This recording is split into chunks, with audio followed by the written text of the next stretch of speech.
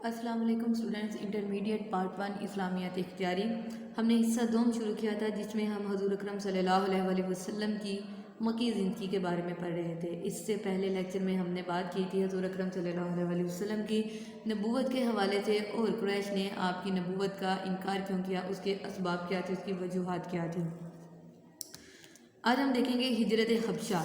ہجرت کہتے ہیں ایک جگہ سے دوسری جگہ جانا، یعنی اللہ تعالیٰ کی رضا کی خاطر ایک جگہ سے اپنا گھر بار، اپنا سب کچھ چھوڑ کر کسی دوسری جگہ پر منتقل ہو جانے کو ہجرت کہتے ہیں۔ حبشہ کہتے ہیں آج کے زمانے میں جسے یمن کہا جاتا ہے، اسے حبشہ کے نام سے جانا جاتا تھا۔ تو یہاں پر بریکٹ میں دیکھیں 5 اور 6 نبوی لکھا ہے۔ نبوی سال وہ ہوتے ہیں جو کہ نبوت سے شروع کیے گئے تھے، یعنی 40 سال کی عمر میں آپ صلی اللہ علیہ وآلہ وسلم کو نبوت حاصل ہوئی، تو اس کے بعد سے نبوی سال کا آغاز ہوا۔ یعنی آپ صلی اللہ علیہ وآلہ وسلم کی نبوت کے 5ویں سال، جب آپ کی نبوت کو اللہ تعالیٰ نے آپ کی نبوت عطا کیے ہوئے آپ کو 5 سال ہو گئے، اور اب 5 سالوں میں مکہ والوں نے آپ پر بہت زیادہ ظلم و ستم کرنا شروع کر دیے تھے۔ اللہ تعالیٰ نے پھر آپ صلی اللہ علیہ وآلہ وسلم کو اور مسلمانوں کو ہجرت کا حکم دیا ہے کہ وہ مکہ کو چھوڑ کر کسی دوسری محفوظ جگہ پر منتقل ہو جائیں۔ لہذا اسی بات کا ذکر یہاں پر کیا جاتا ہے کہ جب مسلمانوں پر کفار مکہ کی سختیاں حد سے زیادہ بڑھ گئیں، تو نبی کریم صلی اللہ علیہ وآلہ وسلم نے مسلمانوں کو حبشہ کی طرف ہجرت کر جانے کی اجازت دے دی۔ اس وقت حبشہ کا عیسائی بادشاہ نجاشی تھا۔ نجاشی کا اصل نام تھا اسہمہ۔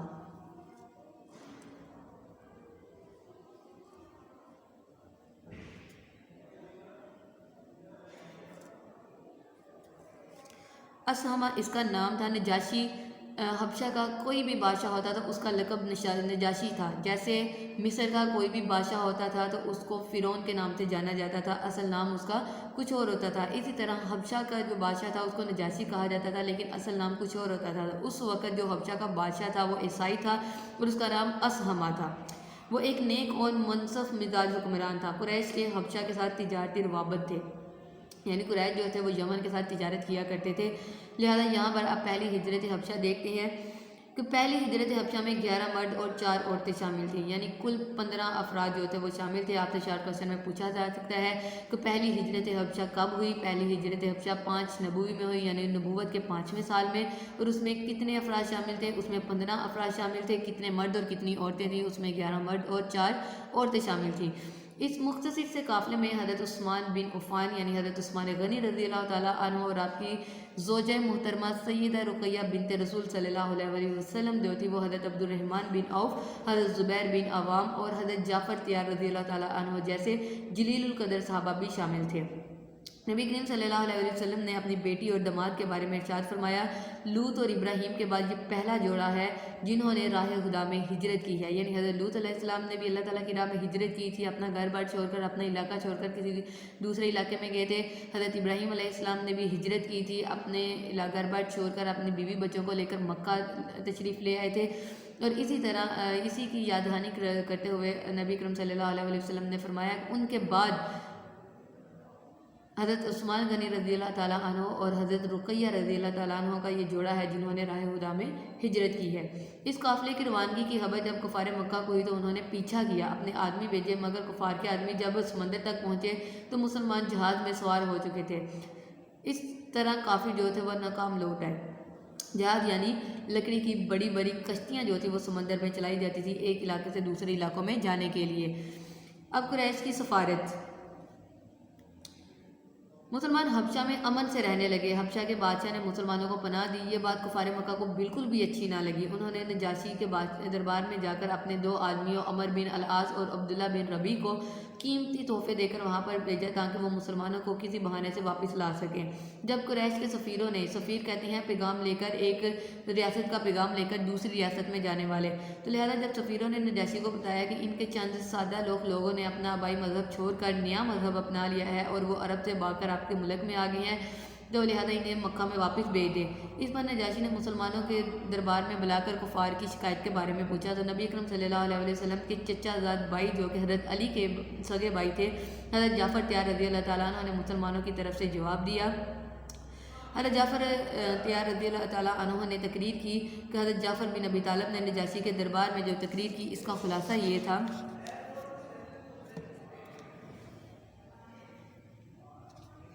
کہ اے بادشاہ، ہم لوگ جاہل تھے، بتوں کی پوجا کرتے تھے، مردار کھاتے تھے، ہم سے اچھا سلوک نہیں کرتے تھے، ہم میں سے طاقتور جو تھا وہ کمزور کو لوٹ لیتا تھا۔ ان حالات میں اللہ تعالیٰ نے ہم پر ایک نبی بھیجا جس کی صداقت، امانت داری اور جس کی نسل سے ہم سب واقف ہیں۔ اس نے ہمیں توحید کی دعوت دی، ایک اللہ کی عبادت کرنے کی ہمیں دعوت دی اور اس کے ساتھ شرک کرنے سے منع کیا۔ اس نے ہمیں بتوں کی پوجا سے روکا اور ہم سچ بولا کریں، وعدہ پورا کیا کریں، گناہوں سے دور رہیں، برائیوں سے بچیں، نماز پڑھیں، صدقہ کریں، روزے رکھا کریں۔ اس پر ہم ایمان لائے ہیں۔ اس پر ہماری قوم جو ہے وہ ہم سے بگڑ گئی ہے، یعنی ہمارے خلاف ہو گیا اور ہم پر ظلم کرنے لگی، اسی لیے ہم مجبور ہو کر اللہ تعالیٰ کے حکم سے آپ کے ملک میں پناہ گزین ہوئے۔ اب بادشاہ نے یہ سن کر کہا کہ مجھے قرآن سناؤ جو تمہارے نبی نے تم پر، جو اللہ تعالیٰ نے تم پر کتاب نازل کی ہے وہ مجھے سناؤ۔ حضرت جعفر تیار نے سورہ مریم کی چند آیات سنائی۔ بادشاہ پر ان آیات کا اس قدر گہرا اثر ہوا کہ وہ رونے لگ گیا اور کہا، محمد صلی اللہ علیہ وسلم تو وہی رسول ہیں جن کی خبر یسوع مسیح یعنی حضرت عیسیٰ علیہ السلام نے دی تھی کہ اللہ کا شکر ہے کہ مجھے اس رسول کا زمانہ ملا۔ پھر بادشاہ نے مکہ کے کافروں کو دربار سے چلے جانے کو کہا اور مسلمانوں سے کہا کہ وہ تسلی سے اس ملک میں رہیں۔ اس کے بعد نجاشی خود بھی ایمان لے آیا، وہ مسلمان ہو گیا اور جب اس کی وفات ہو گئی تو نبی اکرم صلی اللہ علیہ وسلم نے خود اس کی غائبانہ نماز جنازہ بھی پڑھائی۔ کفار کی ایک اور چال، انہوں نے ایک اور چال یہ چلی کہ نجاشی کے دربار سے نکل کر کفار کے سفیروں نے ایک اور چال چلی کہ مکہ کے عیسائی پادری جو تھے ان میں سے چند ایک سے رابطے کر کے مسلمانوں سے حضرت عیسیٰ علیہ السلام کے بارے میں پوچھنے کا مطالبہ کیا۔ ان کا خیال تھا کہ عیسائی جو ہیں وہ حضرت عیسیٰ کو خدا کا بیٹا مانتے ہیں جبکہ مسلمان انہیں محض اللہ کا رسول مانتے ہیں۔ تو اس مطالبے پر اگلے روز نجاشی نے مسلمانوں کو دوبارہ بلایا اور حضرت عیسیٰ علیہ السلام کے بارے میں ان سے پوچھا۔ تو حضرت جعفر تیار رضی اللہ تعالیٰ عنہ نے جواب دیا کہ قرآن پاک کی روح سے، یعنی قرآن پاک کے مطابق وہ اللہ کے بندے اور اللہ کی نیک روح ہیں۔ نجاشی نے ایک تنکا اٹھا کر کہا کہ تم نے جو کچھ بیان کیا عیسیٰ علیہ السلام اس تنکے کے برابر بھی اس سے بڑھ کر نہیں ہے، یعنی کہ وہ اللہ کے بندے اور اس کی روح ہی ہیں، وہ اللہ تعالیٰ کے نعوذ باللہ بیٹے نہیں ہیں۔ نجاشی کی زبان سے یہ الفاظ سن کر اس کے پادری جو تھے وہ برہم ہو گئے، لیکن اس نے کوئی پرواہ نہ کی اور قریش کی سفارت کو ناکام لوٹنا پڑا۔ دوسری ہجرت حبشہ، پہلی حبشہ سے جب کفار جو تھے وہ اپنی تمام سازشیں ناکام لے کر واپس لوٹے تو اب انہوں نے کیا کیا، ایک اور سازش کی کہ انہوں نے حبشہ میں یہ افواہ پھیلا دی کہ مکہ میں جو ہے وہ تمام لوگ مسلمان ہو گئے ہیں، لہذا مسلمانوں پر اب ظلم و ستم نہیں کیا جاتا تھا، جو لوگ مکہ چھوڑ کر حبشہ میں گئے ہیں وہ واپس اپنے گھروں میں لوٹ سکتے ہیں۔ اب حبشہ میں جب مسلمان یہ خبر سن کر واپس اپنے گھروں کو لوٹے تو مدینہ میں آ کر دیکھتے ہیں کہ وہاں پر ایسا کچھ بھی نہیں ہے، بلکہ کفار نے جو ہے وہ پہلے سے بھی زیادہ ظلم و ستم مسلمانوں پر ڈانا شروع کر دیا ہے۔ لہذا پھر دوسری ہجرت حبشہ ہوئی جس میں 102 مسلمان حبشہ کی طرف ہجرت کر کے گئے، ان میں 82 مرد اور 20 خواتین تھی۔ لہذا دوسری ہجرت جو تھی وہ حبشہ کی طرف وہ چھٹے نبوت کے سال میں ہوئی، یعنی نبوت کے چھٹے سال میں ہوئی۔ اس میں ٹوٹل جو تھے وہ 102 مسلمان تھے جس میں 82 مرد تھے اور 20 خواتین شامل تھیں۔ حضرت حمزہ رضی اللہ تعالیٰ عنہ کا قبول اسلام۔ حضرت حمزہ نبی اکرم صلی اللہ علیہ وسلم سے حقیقی چچا تھے اور آپ صلی اللہ علیہ وسلم سے تقریباً 3 سال بڑے تھے اور آپ کے چچاؤں میں سب سے چھوٹے تھے۔ وہ آپ صلی اللہ علیہ وسلم کے رضائی بھائی بھی تھے، یعنی آپ نے جس عورت کا دودھ پیا تھا انہوں نے بھی اسی لونڈی یعنی سویبہ کا آپ صلی اللہ علیہ وسلم نے دودھ پیا تھا، تو آپ کے چچا نے بھی اسی کا دودھ پیا تھا، کیونکہ نبی اکرم صلی اللہ علیہ وسلم اور حضرت حمزہ نے بچپن میں حضرت سویبہ کا دودھ پیا تھا، اس لیے وہ آپ کے رضائی بھائی بھی تھے۔ نبوت کے چھٹے سال ایک روز نبی کرم صلی اللہ علیہ وسلم کوہ صفا پر بیٹھے ہوئے تھے کہ ابو جہل بھی وہاں پہنچ گیا۔ اس نے پہلے تو آپ صلی اللہ علیہ وسلم کو برا بھلا کہا، جس پر آپ صلی اللہ علیہ وسلم بالکل خاموش رہے۔ پھر اس نے آپ صلی اللہ علیہ وسلم کو پتھر ڈیر مارا، آپ صلی اللہ علیہ وسلم زخمی ہو گئے اور سر سے خون بہنے لگا۔ شام کو حضرت حمزہ گھر آئے تو ایک کنیز نے انہیں سارا واقعہ کہہ سنایا۔ اب بہت زیادہ غصے میں آ گئے اور ابو جہل کے پاس جا کر پہنچے اور اس سے کہا کہ تیرا جو چیز چاہے تو کر، میں مسلمان ہو گیا ہوں۔ پھر آپ نبی کریم صلی اللہ علیہ وسلم کی خدمت میں حاضر ہوئے اور اسلام قبول کر لیا۔ یعنی حضرت حمزہ بے شک ابھی تک آپ کی نبوت پر جو تھے وہ ایمان نہیں لائے تھے، لیکن انہیں اپنے بھتیجے سے بہت زیادہ محبت تھی اور وہ جانتے تھے کہ ان کا بھتیجا جو ہے وہ سچ کا ساتھ دیتا ہے۔ اب صرف اپنے خاندان کی مخالفت کو سوچتے ہوئے ابھی تک خاموش تھے، لیکن اب جب آپ نے اپنے بھتیجے پر ظلم و ستم ہوتے دیکھا تو آپ نے برداشت نہ کیا اور فوراً اسلام قبول لیا ہے اور آپ کے طاقت میں اضافے کے لیے آپ کا ساتھ دینے لگے۔ تاریخ میں اہم ترین واقعہ قبول اسلام کا حضرت عمر فاروق رضی اللہ تعالیٰ عنہ کا۔ عمر فاروق وہ جنہوں نے اسلام کو بے انتہا طاقت بخشی۔ اللہ تعالیٰ نے حضرت عمر فاروق کے دل میں ایمان ڈالا اور آپ صلی اللہ علیہ وسلم نے دعا مانگی تھی کہ یا اللہ اسلام کو طاقت عطا کر، عمر بن حشام یعنی ابو جہل کے ذریعے سے یا پھر عمر فاروق رضی اللہ تعالیٰ عنہ کے ذریعے سے۔ تو اللہ تعالیٰ نے حضرت عمر فاروق رضی اللہ تعالیٰ عنہ کے دل کو جو تھا وہ نور اسلام سے منور فرمایا۔ اس کی بھی ایک وجہ تھی، اللہ تعالیٰ نے عمر بن حشام کو جو تھا وہ اسلام قبول کرنے کی توفیق نہیں دی۔ عمر بن حشام جس کا اصل نام جس کو ابو جہل کے نام سے جانا جاتا ہے، اصل نام اس کا عمر بن حشام تھا۔ حضرت عمر فاروق رضی اللہ تعالیٰ عنہ اور عمر بن حشام میں اللہ تعالیٰ نے حضرت عمر فاروق رضی اللہ تعالیٰ عنہ کو چنا۔ اس کی وجہ یہ تھی کہ حضرت عمر فاروق رضی اللہ تعالیٰ عنہ بے شک اس وقت جو تھے وہ نبوت کو قبول نہیں کرتے تھے، آپ اسلام کے مخالفین میں شامل تھے، لیکن آپ اخلاقی برائیوں سے جو تھے وہ کسی حد تک دور تھے۔ آپ کا دل جو تھا وہ صداقت کو تسلیم کرنے والا تھا، آپ لوگوں پر ظلم و ستم نہیں کرتے تھے، اگر آپ کے سامنے کوئی حق بات ثابت ہو جاتی تو آپ اس کو قبول کر لیتے تھے۔ یہی وجہ تھی کہ آپ کا دل جو تھا وہ ان اخلاقی برائیوں سے پاک تھا، تو اللہ تعالیٰ نے آپ کے دل کو جو تھا وہ روشن کر دیا نور اسلام سے۔ تو لہٰذا حضرت عمر فاروق رضی اللہ تعالیٰ عنہ کی جو قبول اسلام ہے، اس کا واقعہ کچھ اس طرح سے ہے کہ حضرت عمر فاروق رضی اللہ تعالیٰ عنہ نے تقریباً 27 برس کے تھے کہ وہ مسلمان اور مسلمانوں کے سخت دشمن تھے۔ حضرت حمزہ کے اسلام قبول کرنے کے 3 دن بعد وہ اس نیت سے گھر سے نکلے تلوار لے کر کہ نعوذ باللہ وہ نبی اکرم صلی اللہ علیہ وسلم کو ختم کر دیں گے، ان کو قتل کر دیں گے۔ راستے میں انہیں ایک رشتہ دار ملا جس کا نام نعیم بن عبداللہ تھا، یہ بھی بعد میں مسلمان ہو گیا تھا۔ نعیم بن عبداللہ نے پوچھا عمر کدھر جا رہے ہو؟ حضرت عمر نے کہا کہ مسلمانوں کے نبی کی خبر لینے جا رہا ہوں۔ نعیم نے کہا کہ پہلے اپنے گھر کی خبر لو، تمہاری بہن فاطمہ اور تمہارے بہنوئی سعد بن زید جو ہے وہ بھی مسلمان ہو چکے ہیں۔ حضرت عمر فاروق رضی اللہ تعالیٰ عنہ کو بہت زیادہ غصہ آیا اور وہ اپنی بہن کے گھر چلے گئے۔ دروازہ بند تھا، بہن کے قرآن پڑھنے کی آواز سنائی دے رہی تھی، ان کی بہن سورہ النور کی آیات پڑھ رہی تھی۔ دستک دینے پر پتہ چلا کہ عمر آئے ہیں، وہ بھائی کے غصے کو جان گئی، انہوں نے قرآن کے اوراق چھپا دیے۔ حضرت حباب بن الارت قرآن پڑھانے کے لیے آئے ہوئے تھے، انہیں بھی حضرت سعید نے گھر میں چھپا دیا کہ کہیں حضرت عمر فاروق رضی اللہ تعالیٰ عنہ غصے میں انہیں قتل نہ کر دے۔ دروازہ کھلنے پر حضرت عمر اندر آئے تو بہن پر برس پڑے اور انہیں مارنا پیٹنا شروع کر دیا۔ حضرت سعید نے مزاحمت کی تو انہیں بھی زدکوب کیا، یعنی انہیں بھی بہت مارا پیٹا۔ حضرت فاطمہ رضی اللہ تعالیٰ عنہ نے زخموں سے خون جاری ہونے پر بڑے ہی عزم سے کہا عمر جتنا چاہو ہمیں مار لو، اسلام سے کبھی ہم پیچھے نہیں ہٹیں گے۔ کمزور اور لہولہان بہن پر عزم جملے نے اس پر بہت حملہ کیا، یعنی ان کی بہن نے ان الفاظ پر بہت زیادہ اثر کیا۔ حضرت عمر مارنے سے رک گئے اور کہنے لگے مجھے بھی دکھاؤ کہ تم کیا پڑھ رہے تھے۔ تب حضرت عمر فاروق ان کی بہن نے کہا کہ یہ قرآن پاک ہے، مقدس کتاب ہے، لہذا تم جو پہلے غسل کر کے آؤ، پاک ہو کر آؤ، اس کے بعد اس کتاب کو ہاتھ لگا سکتے ہو۔ حضرت عمر فاروق رضی اللہ تعالیٰ عنہ کو غسل دلا کر پاک کیا گیا۔ پردے سے نکل کر حضرت حباب سامنے آئے، انہوں نے اس وقت انہیں سورہ طٰہٰ کا پہلا رکوع پڑھ کر سنایا۔ قرآنی آیات کا اس قدر گہرا اثر ہوا کہ حضرت عمر فاروق رضی اللہ تعالیٰ کی آنکھوں سے آنسو نکلنے لگے اور وہ کہنے لگے کہ مجھے نبی اکرم صلی اللہ علیہ وسلم کی خدمت میں لے چلو۔ نبی اکرم صلی اللہ علیہ وسلم اس وقت دار ارقم، ایک صحابی کا نام تھا، ارقم نام تھا، ان کے گھر میں آپ صلی اللہ علیہ وسلم مسلمانوں کو تبلیغ کیا کرتے تھے۔ کوہ صفا کے دامن میں یہ گھر موجود تھا، اس لیے اسے دار ارقم کہا جاتا ہے۔ یہ بھی کہہ سکتے ہیں کہ مکہ میں سب سے پہلے جو مدرسہ مسلمانوں کی تبلیغ کے لیے قائم کیا گیا وہ دار ارقم تھا۔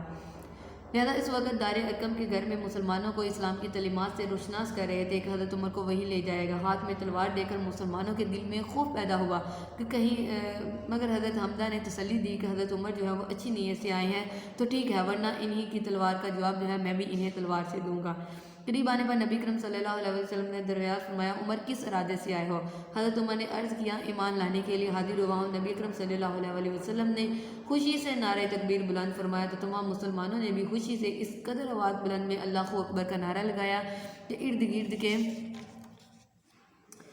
جو پہاڑیاں تھیں وہ اس نعرے سے گونج اٹھی۔ حضرت عمر فاروق رضی اللہ تعالیٰ عنہ کا اسلام قبول کرنا ایک غیر معمولی واقعہ تھا، لوگوں کو اس کی توقع نہیں تھی۔ حضرت عمر کے اسلام قبول کرنے سے اسلام کو بہت بڑی طاقت مل گئی تھی۔ اس وقت تقریباً 40 مسلمان افراد تھے، یعنی 40ویں نمبر پر حضرت عمر فاروق نے اسلام قبول کیا تھا اور وہ کفار سے دب کر رہتے تھے، یعنی کفار ان پر بہت زیادہ ظلم و ستم کرتے تھے، لیکن خانہ کعبہ میں کھلم کھلا عبادت نہیں کرتے تھے۔ حضرت عبداللہ بن مسعود کہتے ہیں کہ جس دن حضرت عمر مسلمان ہوئے ہم نے اس دن خانہ کعبہ میں جا کر عبادت کی کھلے عام، اور حضرت عمر اکیلے ہی کفار سے جھگڑتے رہے۔ حضرت عمر فاروق رضی اللہ تعالیٰ عنہ نے اسلام قبول کیا، تلوار نکالی اور خانہ کعبہ میں کھڑے ہو کر کہا کہ اگر کوئی بیوی خود کو بیوہ کرنا چاہتی ہے، اگر کوئی اپنے بچوں کو یتیم کرنا چاہتا ہے، اگر کوئی اپنی ماں کا بیٹا چھیننا چاہتا ہے تو وہ میرے مقابلے میں آئے اور مسلمانوں کو ان کی عبادت سے روک کر دکھائے۔ پورے مکہ میں کسی کی بھی اتنی ہمت، کسی کی بھی اتنی جرأت نہیں ہوئی کہ وہ حضرت عمر فاروق رضی اللہ تعالیٰ عنہ کا سامنا کر سکے، ان کا مقابلہ کر سکے۔ گویا کفار مکہ میں ایک ماتم کی فضا چھا گئی کہ عمر نے اسلام قبول کر لیا اور اسلام کو تقویت طاقت مل گئی۔ اسی وجہ سے حضور اکرم صلی اللہ علیہ وسلم نے آپ رضی اللہ تعالیٰ عنہ کو فروق کا لقب عطا کیا۔ فروق یعنی حق اور باطل میں فرق کرنے والا۔ اس کے بعد بنو ہاشم کا معاشرتی مقاطعہ،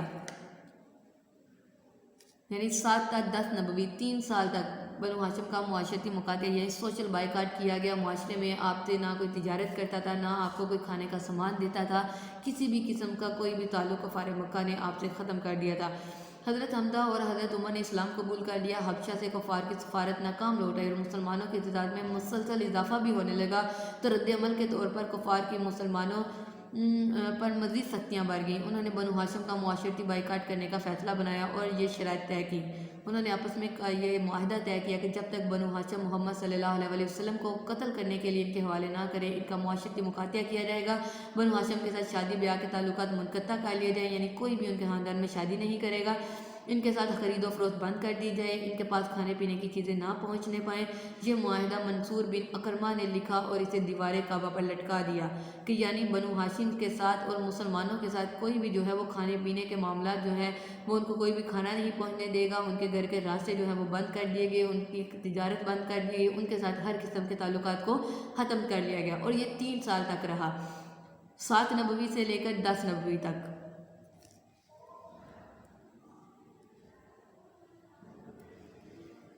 شیب ابی طالب میں مصوری، شیب کہتے ہیں ایک گھاٹی کو، یعنی چھوٹی پہاڑی جس میں درہ بنا ہو۔ ابی طالب کیونکہ یہ حضرت ابو طالب کی ملکیت تھی، لہذا اسے شیب ابی طالب کے نام سے جانا جاتا ہے۔ سوائے ابو لہب کے، کیونکہ وہ ایمان نہیں لایا تھا، وہ کافروں کے ساتھ تھا۔ بنو ہاشم کے تمام افراد مکہ کے قریب ایک پہاڑی درے میں پناہ گزین ہو گئے جو بنو ہاشم کی ذاتی ملکیت تھا۔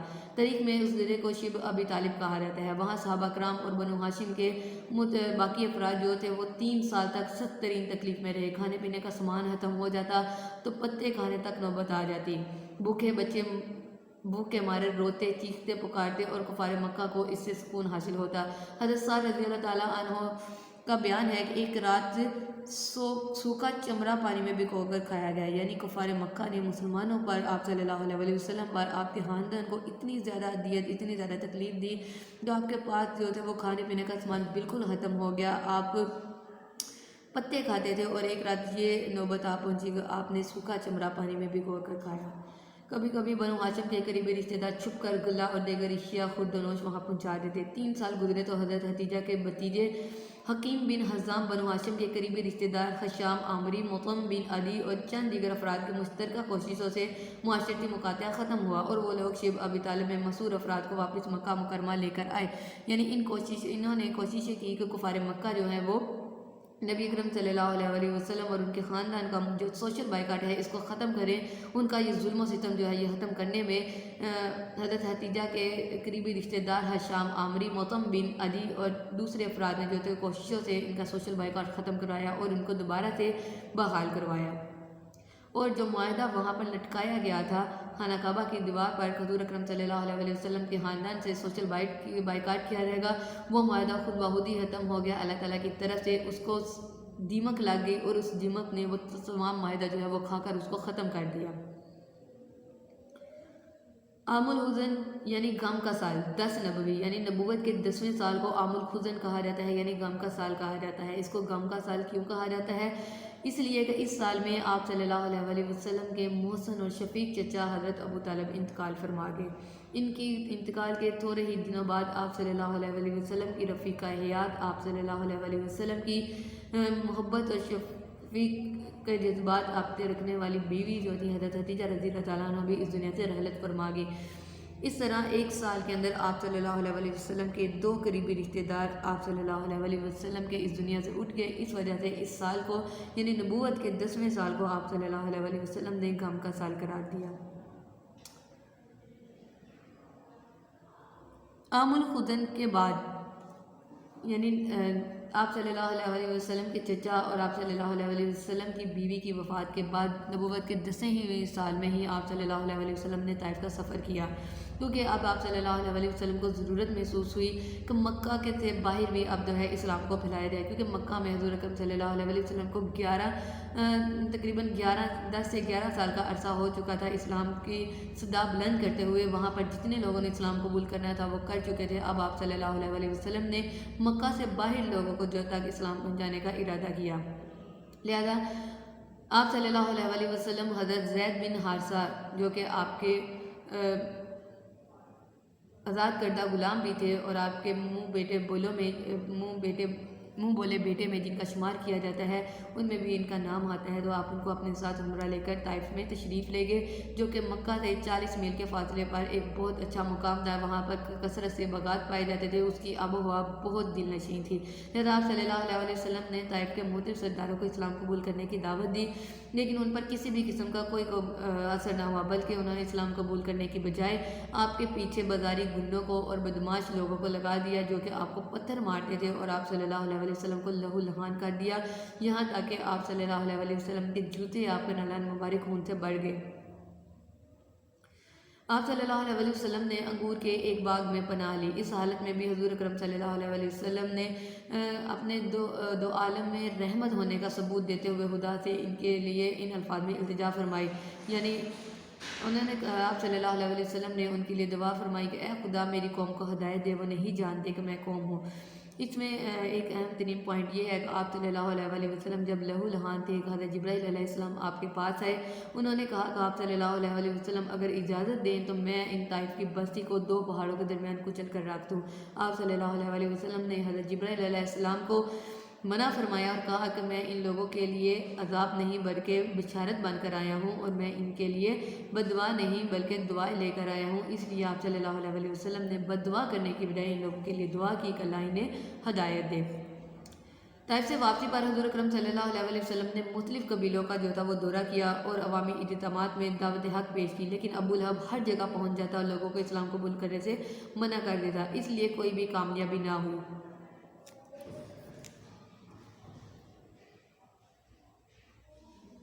اس کے بعد واقعہ معراج، نبوت کے 10ویں سال ہی واقعہ معراج پیش آیا۔ معراج یعنی اللہ تعالیٰ نے نبی اکرم صلی اللہ علیہ وسلم کو اپنے پاس بلایا۔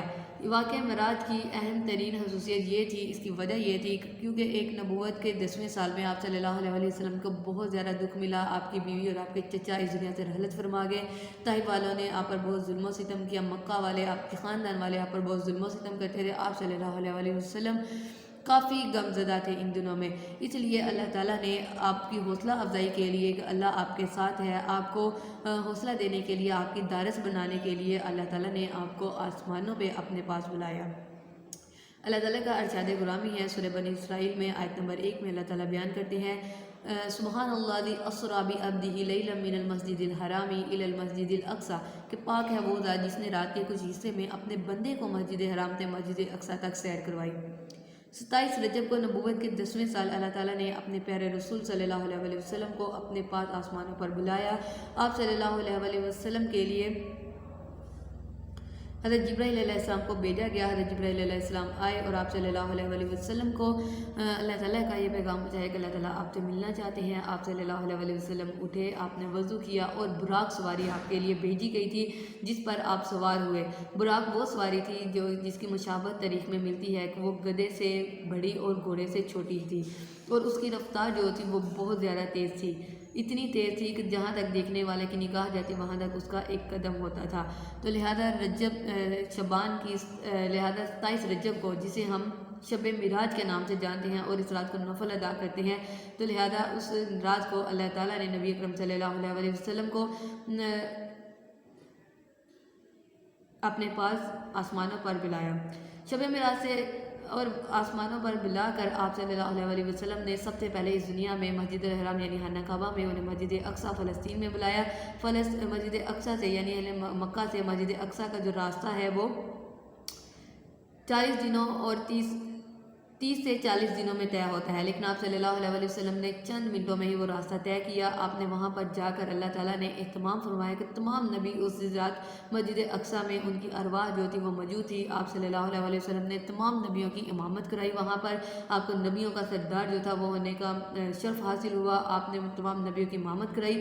اس کے بعد آپ وہاں سے جو تھے اللہ تعالیٰ کے پاس آسمانوں پر گئے۔ اللہ تعالیٰ نے وہاں پر آپ کو جنت اور دوزخ کی سیر کروائی۔ جب آپ سدرہ کے مقام پر پہنچے، سدرۃ المنتہیٰ کے مقام پر، وہاں پر حضرت جبرائیل علیہ السلام نے اب کہا کہ اس سے آگے کسی کو بھی جانے کی اجازت نہیں ہے، اس سے آگے حضور اکرم صلی اللہ علیہ وسلم کو اکیلے جانا ہوگا۔ تو لہذا مکہ سے مسجد اقصی تک جو جانور تھا آپ کی سواری کے لیے اس کا نام براق تھا۔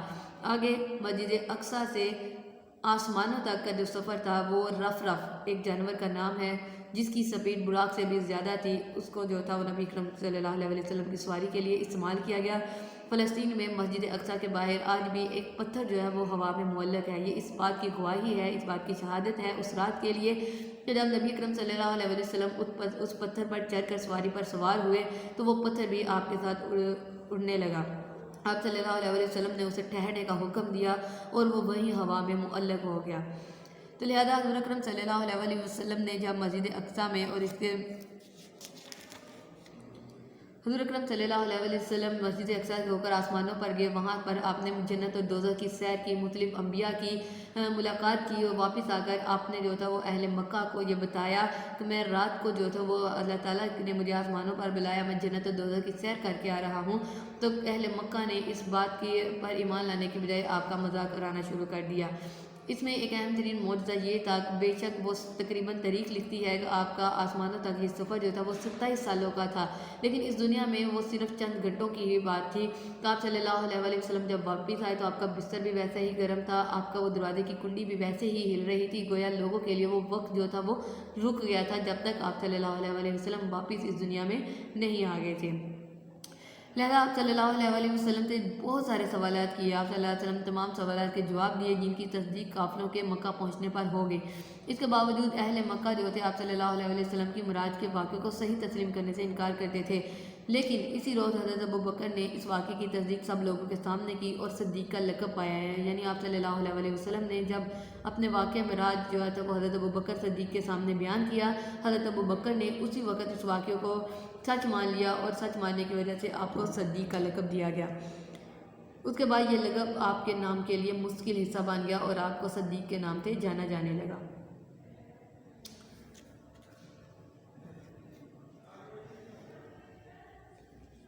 لہذا معراج شریف سے واپس آنے کے بعد جب آپ کو ڈارس ہو گیا، آپ کا دل مضبوط ہو گیا، آپ کو مزید اللہ تعالیٰ نے تسلی دے دی، تو اب اہل یثرب یعنی یثرب نام تھا مدینہ کا، تو مدینہ وہ تب ہوا جب آپ صلی اللہ علیہ وسلم وہاں پر گئے۔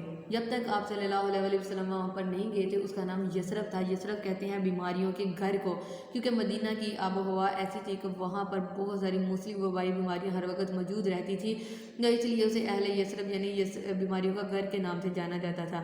تو اب اہل مکہ اور اہل طائف سے دل برداشتہ ہو کر نبی اکرم صلی اللہ علیہ وسلم نے حج کے موقع پر مکہ کی طرف آنے والے مختلف قبیلوں کو جو تھے وہ دین اسلام کی تبلیغ کرنا شروع کر دی۔ 11 نبوی کو یعنی نبوت کے 11ویں سال حج کے دنوں میں یثرب یعنی مدینہ سے 6 افراد مکہ میں آئے۔ وہ آپ صلی اللہ علیہ وسلم کی دعوت اسلام سے بہت زیادہ متاثر ہوئے۔ انہوں نے یثرب کے یہودیوں سے نبی آخر الزمان کے بارے میں سن رکھا تھا، یعنی مدینہ کے جو یہودی تھے وہ جانتے تھے کہ ان کی کتاب میں نبی آخر الزمان کا ذکر ہے، لہذا جب انہوں نے دعوت اسلام سنی تو اس بات پر ایمان لے آئے کہ یہی وہ نبی ہیں جن کا ذکر ہماری کتابوں میں موجود ہے۔ لہذا ان 6 لوگوں نے دعوت اسلام پر قبول کیا۔ ان میں اسد بن زارہ جو تھے وہ خاص طور پر قابل ذکر ہیں۔ ان 6 افراد نے یثرب پہنچ کر آگے اسلام کی تبلیغ شروع کی اور اس طرح مدینہ کے گھر گھر میں اسلام پہنچ گیا۔ بیعت عقبہ اولیٰ 12 نبوی میں یعنی نبوت کے 12ویں سال میں 12 نبوی کو 12 افراد جو تھے وہ مدینہ سے مکہ آئے، یعنی یثرب سے مکہ آئے اور عقبہ ہی کے مقام پر، عقبہ ایک جگہ کا نام ہے، وہاں پر انہوں نے نبی اکرم صلی اللہ علیہ وسلم سے ملاقات کی۔ اور اسلام قبول کر لیا۔ انہوں نے جن باتوں پر نبی کرم صلی اللہ علیہ وسلم سے بیعت کی تھی وہ یہ تھی کہ ہم ایک خدا کی عبادت کریں گے اور کسی کو اس کا شریک نہیں ٹھہرائیں گے، یعنی نبی کرم صلی اللہ علیہ وسلم سے جس چیز کا انہوں نے وعدہ کیا تھا وہ یہ تھا کہ وہ ایک اللہ کی عبادت کریں گے، بت پرستی نہیں کریں گے، چوری اور زناکاری نہیں کریں گے، اولاد کو خصوصاً لڑکیوں کو قتل نہیں کریں گے، کسی پر جھوٹی تہمت نہیں لگائیں گے، نہ ہی کسی کی چگلی کریں گے، اور ہر اچھی بات میں نبی کریم صلی اللہ علیہ وسلم کی اطاعت کریں گے۔ تاریخ میں اس بیعت کو بیعت عقبہ اولا، یعنی عقبہ کے مقام پر جو سب سے پہلی بیعت کی تھی اہل یثرب نے، اس کو بیعت عقبہ اولا کے نام سے جانا جاتا ہے۔ جب یہ لوگ واپس جانے لگے تو نبی اکرم صلی اللہ علیہ وسلم نے حضرت مصعب بن عمیر کو اسلام کی تبلیغ کے لیے ان کے ساتھ بھیج دیا، جن کی کوششوں سے مدینہ کے بہت سے لوگ مسلمان ہو گئے۔ یہاں پر ذکر کیا گیا ہے حضرت مصعب بن عمیر، یہ ان کا تعارف جو ہے ان کا یہاں پر کروانا چاہوں گی کہ حضرت مصعب بن عمیر کون؟ مصعب بن عمیر، حضرت مصعب بن عمیر مکہ کی امیر عورت تھی، اس کے اکلوتے بیٹے تھے، اتنا خوشنما لباس اور اتنی دلکش خوشبو لگایا کرتے تھے کہ جب مکہ کی گلیوں سے گزرتے تو پتہ چلتا کہ مصعب بن عمیر گزر کر گیا ہے۔ یہ یہیں پر کمپلیٹ ہوتا ہے۔ اللہ حافظ۔ ویڈیو پسند آئی تو لائک کریں، اپنی رائے کمنٹ کریں، ایسے ہی مزید ویڈیوز کے لیے ہمارا چینل سبسکرائب کریں اور بیل کا آئیکن دبائیں تاکہ آپ کو ہر ویڈیو کا نوٹیفیکیشن ملتا رہے۔